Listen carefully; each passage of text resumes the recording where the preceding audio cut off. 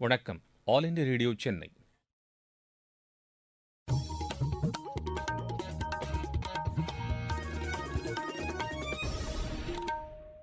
மாநிலச் செய்திகள் வாசிப்பவர் கோபாலகிருஷ்ணன். தலைப்புச் செய்திகள். வளர்ச்சியடைந்த பாரதம் என்ற இலக்கை எட்டுவதற்கு வரும் 5 ஆண்டுகளில் மேற்கொள்ளப்படும் முயற்சிகள் மிகுந்த முக்கியத்துவம் வாய்ந்தவை என்று பிரதமர் திரு நரேந்திர மோடி தெரிவித்துள்ளார். இலங்கை கடற்படையினரால் தமிழக மீனவர்கள் கைது செய்யப்படுவதை தடுக்க மத்திய அரசு நடவடிக்கை எடுக்க வேண்டும் என்று முதலமைச்சர் திரு மு க ஸ்டாலின் வலியுறுத்தியுள்ளார். வெடிமருந்து தொழிற்சாலைகளில் விபத்துகளை தடுப்பதற்கு புதிய நடைமுறைகள் கொண்டுவரப்பட்டுள்ளதாக தமிழக காவல்துறை தெரிவித்துள்ளது. சென்னை மாநகராட்சி பூங்காக்களில் நூலகங்கள் அமைக்கப்படுவதாக மாநகராட்சி ஆணையர் திரு ராதாகிருஷ்ணன் கூறியுள்ளார். இங்கிலாந்துக்கு எதிரான 3வது டெஸ்ட் கிரிக்கெட் போட்டியில் இந்தியா 434 ரன் வித்தியாசத்தில் வெற்றி பெற்றது. இனி விரிவான செய்திகள். வளர்ச்சியடைந்த பாரதம் என்ற இலக்கை எட்டுவதற்கு வரும் 5 ஆண்டுகளில் மேற்கொள்ளப்படும் முயற்சிகள் மிகுந்த முக்கியத்துவம் வாய்ந்தவை என்று பிரதமர் திரு நரேந்திர மோடி தெரிவித்துள்ளார். புதுதில்லியில் நடைபெற்ற 2 நாள் பிஜேபி தேசிய மாநாட்டில் நிறைவுரையாற்றிய அவர் 2047ஆம் ஆண்டுக்குள் வளர்ச்சியடைந்த பாரதத்தை எட்டுவதற்கான அனைத்து இலக்குகளையும் அடைவதற்கு வரும் மக்களவைத் தேர்தலில் பிஜேபி வெற்றி பெற்று ஆட்சியமைப்பது அவசியம் என்று குறிப்பிட்டார். பிஜேபி தலைவர்களும் தொண்டர்களும் புதிய ஆற்றலுடனும் உற்சாகத்துடனும் வரும் 100 நாட்களுக்கு தீவிர தேர்தல் பிரச்சாரத்தில் ஈடுபட வேண்டும் என்றும் அவர் கேட்டுக் கொண்டார். கடந்த 10 ஆண்டுகளில் மத்திய அரசு மேற்கொண்ட திட்டங்கள் மற்றும் சாதனைகள் குறித்த தகவல்களை மக்களிடம் கொண்டு சேர்ப்பதில் முழு கவனம் செலுத்த வேண்டும் என்றும் பிரதமர் வலியுறுத்தினார். மொத்தம் 400 இடங்களில் தேசிய ஜனநாயக கூட்டணி வெற்றி பெறும் என்றும் அதில் பிஜேபி 370க்கும் மேற்பட்ட இடங்களை கைப்பற்றும் என்றும் அவர் நம்பிக்கை தெரிவித்தார். பிஜேபி அரசின் சீரிய நடவடிக்கைகள் மூலம் நாட்டிலிருந்து ஊழல் முற்றிலுமாக அகற்றப்பட்டதையும் தீவிரவாத தாக்குதல்களுக்கு முற்றுப்புள்ளி வைக்கப்பட்டிருப்பதையும் மக்கள் நன்கு உணர்ந்திருப்பதாகவும் பிரதமர் குறிப்பிட்டார். எதிர்கால திட்டங்களுக்கான கொள்கை முடிவுகளை தேசிய ஜனநாயக கூட்டணி அரசு உறுதியுடனும் நம்பிக்கையுடனும் எடுத்திருப்பதாகவும் அவர் கூறினார்.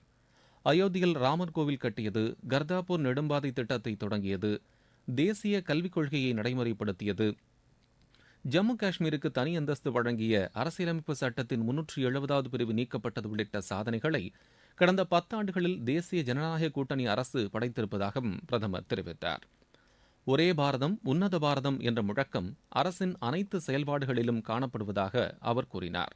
நாட்டின் ஒவ்வொரு பகுதியும் வளர்ச்சி பெற வேண்டும் என்ற நோக்கில் மத்திய அரசு பல்வேறு திட்டங்களை எடுத்து வந்திருப்பதாகவும் அவர் தெரிவித்தார்.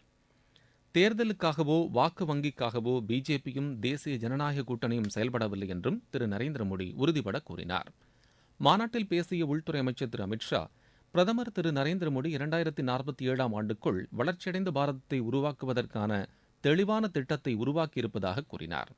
உலகத்தரத்திற்கு இந்தியாவை உயர்த்தவும் அனைத்து தரப்பு மக்களின் வளர்ச்சிக்காகவும் அவரது தலைமையிலான அரசு அயராது பாடுபட்டு வருவதாகவும் திரு அமித்ஷா தெரிவித்தார்.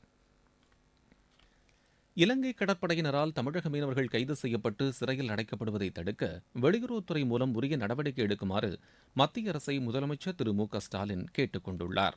இது தொடர்பாக இன்று அவர் வெளியிட்டுள்ள சமூக வலைதள பதிவில், கடந்த 2 மாதங்களில் இத்தகைய கைது நடவடிக்கைகள் அதிகரித்திருப்பதாகவும் 69 தமிழக மீனவர்கள் கைது செய்யப்பட்டிருப்பதாகவும் குறிப்பிட்டுள்ளார்.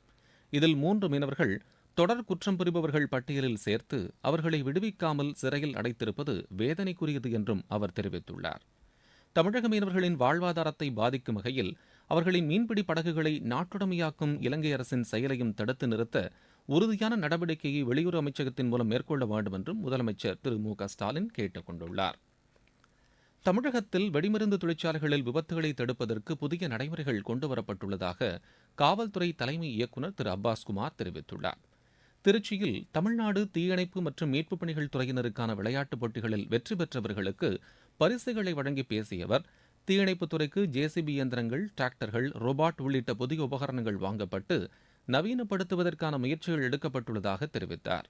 பட்டாசு தொழிற்சாலைகளில் விபத்துகளை தடுக்க 3 மாதங்களுக்கு ஒருமுறை தொடர் ஆய்வு நடத்த உத்தரவிடப்பட்டுள்ளதாகவும் அவர் கூறினார். 6 மாத காலத்திற்குள் விபத்துகளை தடுக்கவும் உயிரிழப்புகளை முற்றிலும் குறைக்கவும் நடவடிக்கை எடுக்கப்படும் என்றும் திரு அப்பாஸ் குமார் தெரிவித்தார்.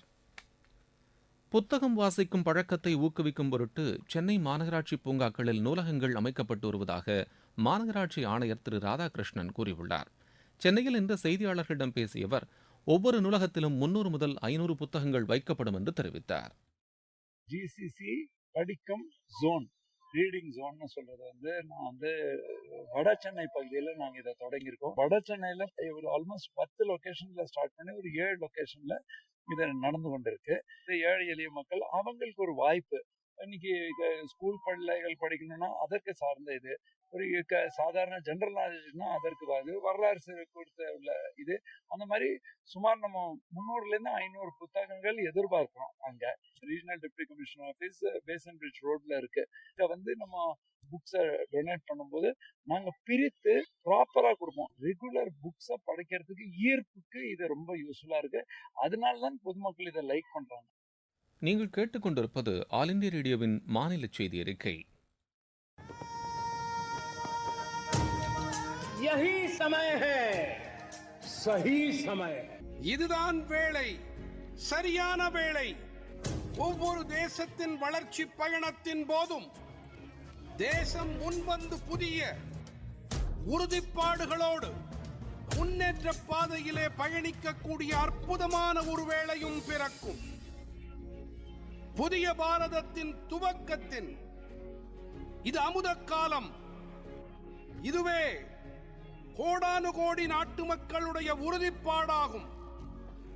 அமுத காலம் 25 ஆண்டுகளுக்கு ஆனது. ஆனால் நாம் நம்முடைய லட்சியங்களை அடைவதற்காக இப்போதிலிருந்தே முனைப்புடன் செயல்பட வேண்டும். भारत को गढ़ने का यही समय है. நமது லட்சியம் வளர்ச்சியடைந்த பாரதம் யாத்திரையின் 2வது கட்டப் பணிகள் நாடு முழுவதும் முழுவீச்சில் நடைபெற்று வருகின்றன. தருமபுரி மாவட்டத்தில் உள்ள முன்னோடி வங்கி கிராமப்புற பகுதிகளில் மத்திய அரசின் திட்டங்கள் குறித்த விழிப்புணர்வை மக்களிடையே ஏற்படுத்தி வருகிறது. மக்களின் அடிப்படை தேவைகளை பூர்த்தி செய்யவும் அவர்களின் வாழ்வாதாரத்தை உயர்த்தவும் இந்த பணி பயனுள்ள வகையில் அமைந்துள்ளது என்று மாவட்ட முன்னோடி வங்கியான இந்தியன் வங்கியின் மேலாளர் திரு கண்ணன் தெரிவித்துள்ளார். எனது பெயர் கண்ணன், மாவட்ட முன்னோடி வங்கி தருமபுரி. இதில் பலதரப்பட்ட அனைத்து துறை சார்ந்த நிபுணர்கள் மற்றும் ஃபீல்டில் ஒர்க் பண்ணுற அனைவரும் இங்கே மக்களுக்காக கவர்மெண்ட்டுடைய என்னென்ன ஸ்கீம்ஸ் இருக்குது, அதில் கிராம மக்கள் எந்த அளவுக்கு பயன்பாடு அடையலாம் அப்படிங்கிறதுக்காக நம்ம இங்கே பண்ணிக்கிட்டு இருக்கோம். இன்றைக்கி இந்த விலை இது பார்த்திங்கன்னா அனைத்து கிராமங்கள்லையுமே நம்ம தொடங்கி செஞ்சுட்டு வரோம். இது இன்னும் வரும் காலகட்டங்களில் அனைத்து கிராம மக்களுக்கும் நம்ம சொல்லுவோம். இந்த ப்ரோக்ராமில் நம்ம வங்கி சார்பாக மற்றும் நபார்டு வங்கி, இந்தியன் ஆயில் கார்பரேஷன் மற்றும் இந்த கேவிகே வேளாண் அறிவியல் மையம் மூலமாக மற்றும் போஸ்டல் டிபார்ட்மெண்ட் மூலமாக செயல்படுத்தக்கூடிய திட்டங்களை நம்ம இங்கே மக்களுக்காக சொல்லிக் கொண்டிருக்கோம். மாவட்டச் செய்திகள். விழுப்புரம் மாவட்டம் செஞ்சியில் 3,07,00,000 ரூபாய் மதிப்பில் சங்கராபுரம் பொன்பத்தி சாலை மேம்பாட்டு திட்டப் பணிகளுக்கு மாநில அமைச்சர் திரு செஞ்சி மஸ்தான் அடிக்கல் நாட்டினார். தென்காசி மாவட்டம் குற்றாலத்தில் நாடாளுமன்ற தேர்தல் முன்னெச்சரிக்கை நடவடிக்கையாக தமிழக கேரள காவல்துறை உயரதிகாரிகள் பங்கேற்ற ஆலோசனைக் கூட்டம் நடைபெற்றது. பருவமழை பொழிவு மற்றும் பேரிடர்கால முன்னெச்சரிக்கை தகவல்களை பெற காஞ்சிபுரம் மாவட்டத்தில் 18 இடங்களில் தானியங்கி மழைமானி மற்றும் 3 இடங்களில் தானியங்கி வானிலை மையம் பொருத்தும் பணி நடைபெற்று வருவதாக ஆட்சியர் திருமதி கலைச்செல்வி மோகன் தெரிவித்துள்ளார். நீலகிரி மாவட்டம் கெத்தை மலைப்பாதையில் காட்டு யானைகள் முகாமிட்டுள்ளதால் சுற்றுலாப் பயணிகள் எச்சரிக்கையுடன் செல்லுமாறு வனத்துறையினர் அறிவுறுத்தியுள்ளனர். பணி மேம்பாடு உள்ளிட்ட பல்வேறு கோரிக்கைகளை வலியுறுத்தி அரசு உதவி பெறும் கல்லூரிகளில் பணியாற்றும் ஆசிரியர்கள் தஞ்சாவூரில் இன்று ஆர்ப்பாட்டத்தில் ஈடுபட்டனர். குமரி மாவட்டம் திருப்பரப்பு அருவியில் விடுமுறை நாளான இன்று ஏராளமான சுற்றுலாப் பயணிகள் நீராடி மகிழ்ந்தனர். விளையாட்டுச் செய்திகள். இங்கிலாந்துக்கு எதிரான 3வது டெஸ்ட் கிரிக்கெட் போட்டியில் இந்தியா 434 ரன் வித்தியாசத்தில் வெற்றி பெற்றது. ராஜ்கோட்டில் இன்று நடைபெற்ற ஆட்டத்தில் 557 ரன் எடுத்தால் வெற்றி என்ற இலக்கோடு 2வது இன்னிங்ஸை ஆடிய இங்கிலாந்து 122 ரன் எடுத்த நிலையில் அனைத்து விக்கெட்டுகளையும் இழந்தது. இந்தியா தரப்பில் அதிகபட்சமாக ரவீந்திர ஜடேஜா 5 விக்கெட்டுகளை வீழ்த்தினார். முன்னதாக இந்தியா 2வது இன்னிங்ஸில் 4 விக்கெட் இழப்பிற்கு 430 ரன் எடுத்திருந்த நிலையில் ஆட்டத்தை முடித்துக் கொள்வதாக அறிவித்தது. இந்த வெற்றியின் மூலம் 5 போட்டிகள் கொண்ட டெஸ்ட் தொடரில் இந்திய அணி 2-1 என்ற புள்ளிக்கணக்கில் முன்னிலை பெற்றுள்ளது. மீண்டும் தலைப்புச் செய்திகள். வளர்ச்சியடைந்த பாரதம் என்ற இலக்கை எட்டுவதற்கு வரும் 5 ஆண்டுகளில் மேற்கொள்ளப்படும் முயற்சிகள் மிகுந்த முக்கியத்துவம் வாய்ந்தவை என்று பிரதமர் திரு நரேந்திர மோடி தெரிவித்துள்ளார். இலங்கை கடற்படையினரால் தமிழக மீனவர்கள் கைது செய்யப்படுவதை தடுக்க மத்திய அரசு நடவடிக்கை எடுக்க வேண்டும் என்று முதலமைச்சர் திரு மு க ஸ்டாலின் வலியுறுத்தியுள்ளார். வெடிமருந்து தொழிற்சாலைகளில் விபத்துகளை தடுப்பதற்கு புதிய நடைமுறைகள் கொண்டுவரப்பட்டுள்ளதாக தமிழக காவல்துறை தெரிவித்துள்ளது. சென்னை மாநகராட்சி பூங்காக்களில் நூலகங்கள் அமைக்கப்படுவதாக மாநகராட்சி ஆணையர் திரு ராதாகிருஷ்ணன் கூறியுள்ளார். இங்கிலாந்துக்கு எதிரான 3வது டெஸ்ட் கிரிக்கெட் போட்டியில் இந்தியா 434 ரன் வித்தியாசத்தில் வெற்றி பெற்றது. இத்துடன் இந்த செய்தி அறிக்கை நிறைவு பெறுகிறது.